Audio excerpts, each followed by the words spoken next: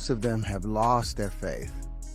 You know, they talk about God because it's a good talking point, you know. I like to thank God for all of these things, but they never identify, you know, everybody, a God is anything. Say you see these couples where it's like, you know. I had a chance to date Beyoncé, you know, early on, and the presence of these symbols raises questions. Why are they repeated? Why do they appear in award shows, music videos, and even live performances? Some argue it's just artistic expression, part of a dramatic persona. But when you start seeing the same imagery over and over, horns, hand signs, medallions shaped like horns, it suggests more than coincidence. It suggests intention. And it becomes even more interesting when you consider the culture of worship that surrounds these celebrities. Beyoncé is not just admired, she's worshipped.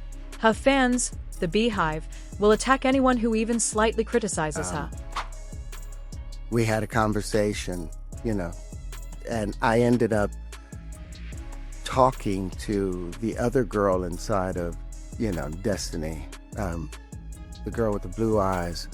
And I remember Beyoncé looking over at me, and I think that's why she picked me to do that dance when she did these. At concerts, the energy from her fans borders on the obsessive, almost ritualistic, with thousands of people participating in synchronized chants, gestures, and dances.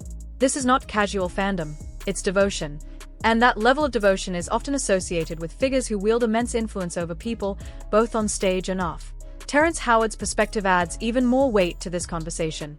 He observed the industry before Beyoncé became the Queen Bee, before the horns, the resurfaced persona, and the elaborate symbolism. She did you know, the kind of striptease dance that we did at the BETs or whatever, to show me what I had lost. How people feel about the ritual. It's about, does following the ritual work? And so you can fool yourself. He sensed something in the environment and had enough discernment to walk away. He didn't attend the wild parties, he didn't sign contracts with hidden rules, and is not named in any files related to the elite's inner workings. And yet, look where he is now. Talented as he is, Howard hasn't reached the same financial heights as others who embrace the industry's inner workings. Meanwhile, Beyoncé and Jay-Z have not only maintained their fame but turned it into billions, seemingly untouchable despite years of rumors, dark allegations, and associations with convicted criminals like Diddy and Harvey Weinstein. This contrast highlights the cost of participation in this hidden network. Fool yourself into thinking there isn't one, but the evidence will be clear. I knew that in the ritual of Baphomet, the transgender, to show allegiance to him, you had to kiss his ring. First thing he told me to do is get plastic surgery. I'm not insecure because I would. As well as the rewards for those who follow the unwritten rules. The use of occult imagery is not just about entertainment, it's a way of signaling alignment. In Hollywood, power, influence, and control are often tied to symbolic acts. Even small gestures, hand signs, medallions, and staged performances can convey a message to those in the know. It's a secret language layered within mainstream entertainment, so the public sees beauty and spectacle, while insiders recognize allegiance and participation. Terrence Howard hinted at this when he described the rituals associated with Baphomet. Allegiance could be as simple as a symbolic gesture, yet it carries profound implications. For those who choose not to participate, because I would have got plastic surgery. People make it, they all can turn around and thank Beyoncé because that's it. And enough is enough. Coming for everyone now. And even Adele, when she gets an award, she thanks Beyoncé. Oh, I didn't want to drip myself in blood and close, opportunities vanish, and the climb to stardom becomes far more difficult. Those who do participate often rise quickly, achieving levels of fame and fortune that seem almost untouchable. The history of Hollywood is full of examples of talent lost, destroyed, or removed under suspicious circumstances, while others rise seemingly unharmed. This raises questions about the cost of fame, the hidden systems of power, and the moral compromises expected behind the scenes. Even if one doesn't fully believe in the occult angle, the patterns are hard to ignore. Repeated symbolism, the rise of certain stars, the suppression of others, and the clear divide between those who participate in the unspoken rules and those who do not. It's a world where image, power, and cover myself and swim in goop, in black goop, and fucking like wear devil horns to fucking sell a record. Fuck that. or be a witch, or be that, all of that. And ritual intersect in ways that often remain hidden from public view. And this brings us back to Beyoncé.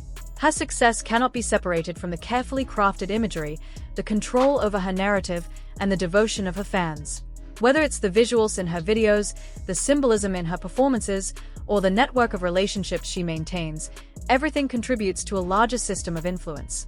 For observers like Terrence Howard, it's clear that it demands participation, and that it rewards the outsiders behind. Black is King, the award shows, and the constant presence of symbolic imagery aren't isolated choices. They are part of a pattern that reflects the interplay of culture, power, and hidden belief systems. At the end of the day, whether one interprets these symbols as artistic expression, spiritual devotion, or evidence of hidden rituals, the impact is undeniable. The imagery shapes perception, dictates fan behavior, and establishes a hierarchy of influence that extends beyond music and entertainment. Terrence Howard's insights invite us to look deeper, to question what lies beneath the surface, and to recognize the forces, both visible and hidden, that shape the world of fame, fortune, and cultural influence. Terrence Howard explained that it's not about how people feel about rituals, it's about whether they work, and the evidence, he says, is clear. He described that in Baphomet rituals, showing allegiance might mean kissing the figure's ring, and it's a serious act of commitment. These are not casual gestures. They are symbolic acts that communicate loyalty, obedience, and alignment with a system that exists largely out of public view. Howard has seen it firsthand, and his perspective comes from years of being around people in the entertainment industry who understand the unspoken rules of power. Now, look at Beyoncé and the way her fans act. This isn't normal admiration. It's not even what you would call appreciation. It's outright worship. The Beehive attacks anyone who even slightly criticizes her.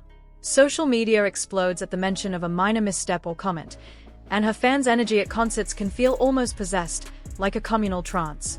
This level of devotion is rarely seen in fandoms, and it raises questions about the power and influence Beyoncé wields beyond music. Fast forward to Christmas 2024, during Beyoncé's NFL halftime show in Houston, and the patterns Howard described are still visible. She flashed the devil horn sign multiple times during her performance, wore medallions that resembled horns, and executed gestures that have long been associated with symbolic rituals. And this isn't a one-off or a coincidence. Beyoncé and Jay-Z seem to incorporate these symbols consistently, in ways that suggest intentionality rather than aesthetic choice. The deeper you look, the darker it becomes. Multiple people who have worked closely with them have made claims that cannot be easily ignored. Former Rock Nation artist MIA, for instance, alleged that Jay-Z and Beyoncé pressured her into plastic surgery and participation in disturbing rituals. These rituals, according to her, involved covering herself in blood, being doused in black goo, or wearing devil horns. MIA explained, "I met Jay-Z and signed to Rock Nation. The first thing he told me was to get plastic surgery. I didn't want to drench myself in blood or wear devil horns just to sell a record or be part of that." Her testimony is alarming, and while we cannot confirm every detail, it fits a larger pattern when combined with recurring symbols and practices associated with the couple. For years, rumors have swirled about Beyoncé and Jay-Z being deeply embedded in elite circles, beyond just attending exclusive parties. These rumors suggest that they act as gatekeepers in the industry, controlling who rises and who doesn't, and maintaining influence over the direction of culture itself. Jay-Z has been named in certain files suggesting he even manipulated black protesters, keeping the public distracted with entertainment while the elite quietly maintained control. This paints a picture of a system where power is exercised behind the scenes, and entertainment is used strategically to divert attention from larger societal issues. Beyoncé and Jay-Z's role seems to fit this narrative. They are the faces of culture, commanding attention, directing trends, and subtly reinforcing the structures that maintain elite power. Even songs like J. Cole's She Knows hint that some fans are aware of these patterns, recognizing rituals and sacrifices that might exist behind the glitz and glamour of the industry. Beyoncé's rise itself is a study in influence, symbolism, and calculated moves. Look at the artists and power players who were on top before her. Many of them fell suddenly or were removed from the spotlight under suspicious circumstances, while Beyoncé ascended steadily. This doesn't mean she orchestrated the falls of others, but it does illustrate how carefully she and her team navigate the industry. Symbols and rituals appear throughout her work, from music videos to stage performances, and they are not subtle. Horns, hand gestures, medallions, and repeated references to ancient or occult imagery have all been noted by observers. Whether these choices are purely artistic, spiritual, or part of a larger system, they create a narrative in which Beyoncé occupies a position of unparalleled influence. Howard's observations add context. He saw the inner workings of the industry before Beyoncé became the Queen Bee, before the resurfaced persona, and before these symbols were so prevalent. He sensed something unusual, something compelling, but also something potentially dangerous, and he chose to walk away. His career, while still successful, didn't reach the same financial heights as those who embraced the hidden codes and rituals. Beyoncé and Jay-Z, by contrast, are untouchable billionaires, navigating rumors, allegations, and documented associations with convicted criminals like Diddy and Harvey Weinstein with apparent ease. This contrast suggests that participation in the hidden layers of the industry, whether one believes in the spiritual elements or not, may come with significant rewards. The use of symbols like horns and Baphomet imagery is more than aesthetics, it's a language. It signals allegiance, power, and knowledge. In Hollywood, the repetition of these symbols can communicate to insiders who is aligned and who is not, creating a system where visibility, success, and opportunity are tied to understanding or participating in unspoken codes. For fans, these symbols are often invisible, or at least open to interpretation. But for those in the know, they are deliberate markers of influence and connection.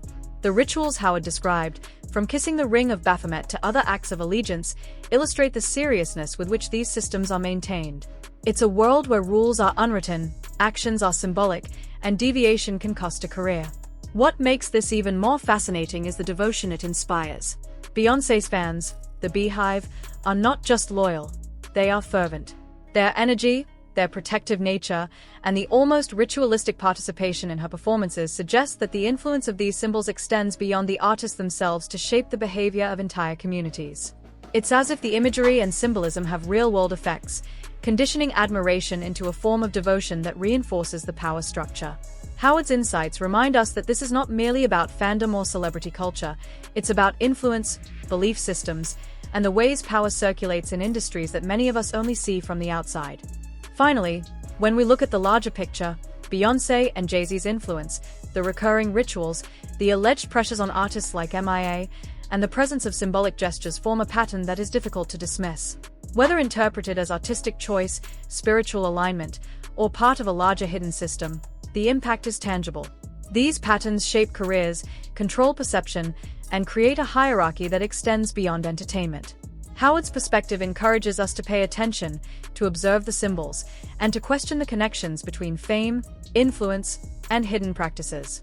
It's a reminder that in a world built on power and image, there is often more going on beneath the surface than meets the eye. Aaliyah, Michael Jackson, Left Eye, Prince, Whitney Houston, all gone, all under suspicious circumstances. Meanwhile, Beyoncé's star kept rising higher and higher. We're not saying she had anything to do with those deaths, but it does make you wonder what she and Jay-Z might have done to stay protected while so many of their peers ended up behind bars or 6 feet under. Back to Terrence Howard. He didn't play the game, he didn't attend the wild parties, and his name isn't in any files. Look where he is now, still working, still talented, but nowhere near the level his abilities deserve. Beyoncé and Jay-Z, on the other hand, are untouchable billionaires despite all the dark rumors, allegations, and documented friendships with convicted criminals like Diddy and Harvey Weinstein. If Terrence is right that most people in the industry don't truly believe in God, then what do they believe in? And what are they willing to do for it? He saw something early on, before Beyoncé became Queen Bee, before the horns, symbols, and the resurfaced persona. He felt it, sensed it, and had the wisdom to walk away. So, what do you think? Was Terrence telling the truth about turning Beyoncé down? And did he dodge a bullet? Is she really involved in something darker than we realize, or is all of this just coincidence and overthinking? Drop your thoughts in the comments, and stay tuned for the next video.